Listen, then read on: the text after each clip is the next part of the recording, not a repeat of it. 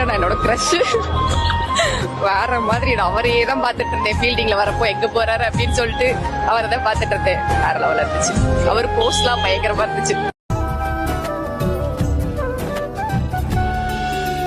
कैसी है ये दूरी, कैसी मजबूरी, मैंने नजरों से तुझे छू लिया, ओ हो कभी तेरी खुशबू मापुள்ள உன்னை தேடி இளைஞ உன்னை கண்ட நானும் என்னை இழிப்பா இழைச்ச மனசு போதும் வேற என்ன வேணும் ஒரு வார்த்தை சொல்லு என் உசுர கொடுப்பேன்